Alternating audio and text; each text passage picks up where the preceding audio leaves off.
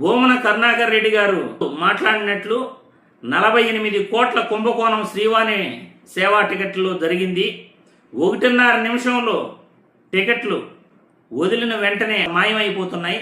1.5 నిమిషంలో 800 టికెట్లు మాయమవటం అంటే ఇది ఖచ్చితంగా కుంభకోణం జరిగింది అని కరుణాకర్ రెడ్డి గారు ఏదైతే చెప్తున్నారో ఖచ్చితంగా ఆయన మాట్లాడిన మాటల్లో 100% వాస్తవం ఉంది. ఎందుకు ఆన్లైన్ టికెట్లు ఇవ్వాలి? శ్రీవారికి నిజమైన భక్తుడు అంటే నడిచి వెళ్ళి క్యూ లైన్లో నిలుచుకుని అందరితో పాటు దేవుణ్ణి దర్శించుకుంటే అతనికి ఆ శ్రీవారి యొక్క అనుగ్రహం ఉంటుంది. విఐపి దర్శనాలు తీసుకుంటేనో 300 రూపాయల టోకన్లు, 10,000 రూపాయల టోకన్లు, లేకపోతే దళారుల చేత వేలకు వేలు పెట్టి దర్శనం టికెట్లు కొని దర్శనం చేసుకుంటే ఖచ్చితంగా ఆ వెంకటేశ్వర స్వామి వాళ్ళని ఖచ్చితంగా కష్టాలు పెడతాడు.